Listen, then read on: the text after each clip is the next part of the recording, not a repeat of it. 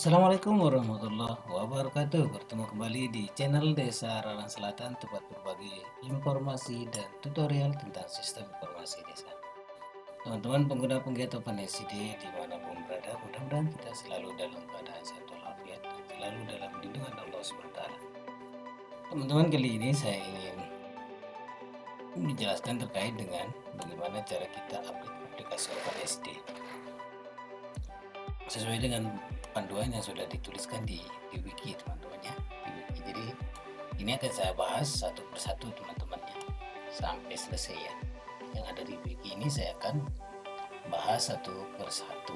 Jadi tinggal ditunggu saja ya video-video berikutnya, teman-teman, terkait dengan pembahasan aplikasi OpenSCD.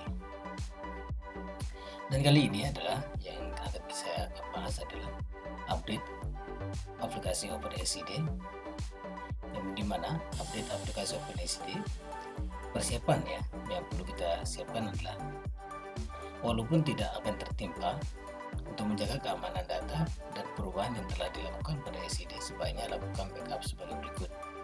Yang pertama yang kita lakukan adalah backup database aplikasi SCD kita menggunakan perangkat PHP MyAdmin yang ada di server, baik itu di lokal maupun di hosting. Selanjutnya backup folder desa yang berisi semua file khusus desa. Ini kita update juga ya, kita backup juga ya, baik itu di lokal maupun di hosting. Kalau di hosting, kalau sudah mencapai 1 GB lebih ya, kita agak kewalahan, teman-teman. Jadi nanti bisa kita pakai berkala ya, bukan tiap bulan kita akan backup untuk folder desa ini. Nah, kalau untuk database-nya upayakan setiap bulan ya, setiap bulan. Bila perlu pada 1 minggu, per 2 minggu ya, kita lakukan backup untuk database-nya. Sedangkan untuk folder desa ini bisa berkala, teman-teman. Bisa 1 kali sebulan, bisa 1 kali 3 bulan, bisa 1 kali 6 bulan, bisa juga 1 kali setahun ya, teman-teman. Karena kalau dia sudah mencapai 1 GB lebih, agak kewalahan kita ya untuk folder desa ini. Selanjutnya, sebelum update, cek atau lihat terlebih dahulu perangkat lunak yang digunakan, mulai dari OpenSCD versi 20.05 pasca, minimal PHP-nya adalah 7.2.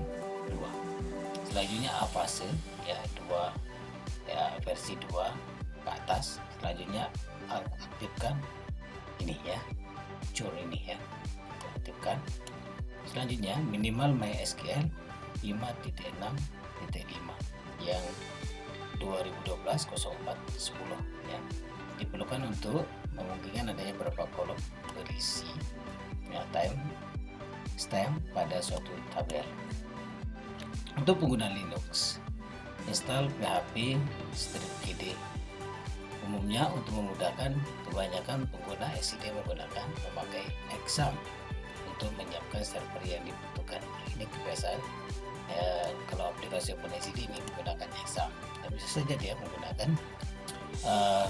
server yang lain ya, menggunakan yang lain yang jadi servernya bukan exam. Ada yang Paragon dan ada juga yang lainnya ya. Langkah untuk memutakhirkan instalasi OpenSCD, silakan unduh. Yang pertama, unduh rilis OpenSCD terbaru melalui ini ya, rilisnya untuk pengguna rilis umum. Sedangkan untuk pengguna rilis premium dapat diunduh pada grup Telegram yang dibagikan oleh pelaksana. Ini cara lama ini, teman-teman ya. Kalau cara terbaru sudah disediakan di GitHub ya, sudah di GitHub. Di samping itu juga jangan lupa membaca keterangan rilis ya, keterangan rilisnya sebelum kita rilis. Selanjutnya yang kedua yang kita lakukan adalah unggah file unduhan zip atau tar tersebut ke server kita ya. Selanjutnya hapus semua file dan folder di root directory server Anda kecuali folder cache desa dan file zip tar yang baru diunggah dan file htaccess kalau menggunakannya. Jika memakai server exaf, root directory yang perlu diganti isinya adalah di folder htdoc. Jadi teman-teman, yang tidak boleh dihapus itu adalah folder desa ya, folder desa dan di file htaccess-nya. Oke, selanjutnya Yang nomor 4 yang kita lakukan adalah kita ekstrak file unduhan zip yang sudah kita upload untuk menggantikan file yang sudah dihapus di root directory server kita ya.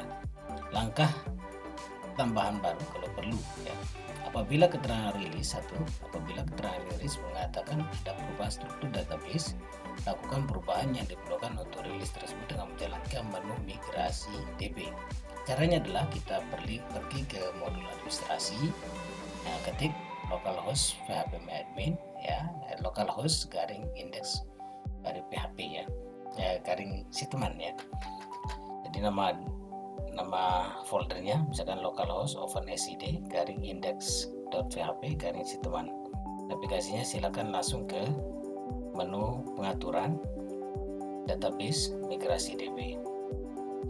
Yang kedua langkahnya adalah jalankan migrasi database ke openacd terbaru. Proses ini akan menjalankan semua migrasi kalau dibutuhkan. Model tampilannya seperti ini teman-teman ya. Tinggal klik menu pengaturan, yang kedua klik database, selanjutnya klik migrasi DB. Nah di sini ada tombol warna merah ya, tinggal diklik saja. Selanjutnya kadangkala ada tindakan khusus yang perlu dilakukan sebelum memakai suatu rilis. Kalau ada rilis tersebut akan menyediakan petunjuk dalam file catatan rilis nomor sekian. Ikuti petunjuk dalam file tersebut. Ini akan kita baca ya, kita baca. Itu saja, aplikasi siap dijalankan. Apabila Anda mengalami masalah sesudah proses ini, silakan melihat tanya jawab yang ada di sini ya. Ya, kebetulan saya sudah bahas di video sebelumnya. Selanjutnya melihat daftar file yang diubah pada rilis openacd. Semua perubahan yang dilakukan untuk setiap rilis dapat dilihat di GitHub ya, baik yang openacd rilis umum maupun yang premium bisa kita lihat di GitHub teman-teman ya. Satu di https github.com/openacd release. Cari rilis yang ingin diperiksa. Sebagai contoh di gambar berikut yang akan diperiksa adalah rilis 1.1.1, klik tautan 1.1.1 untuk melihat versi ini ya. Jadi ini dia seperti ini teman-teman ya. Terus selanjutnya isi rilis itu akan ditampilkan untuk melihat daftar commit untuk rilis. Itu klik tautan seperti gambar di berikut seperti ini ya teman-teman. Tapi ini tidak terlalu penting banget ya.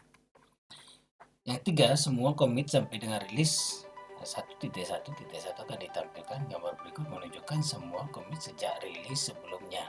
Kita dapat mengetahui commit mana yang merupakan bagian dari rilis sebelumnya dengan mengikuti kedua langkah di atas untuk rilis sebelumnya. Untuk melihat perubahan yang dilakukan pada suatu commit, klik tautan pada commit itu seperti diperlihatkan pada gambar seperti ini. Selanjutnya nomor 4 ya.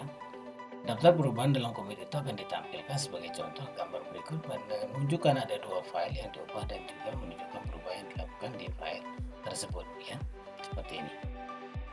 Tapi sekarang sudah banyak isi transkrip itu sudah terkunci teman-teman ya, sehingga kita tidak bisa melihat perubahannya seperti apa ya. Itu kalau yang versi sekarang. Kalau yang dulu memang seperti ini teman-teman, tapi sekarang pengembangannya sangat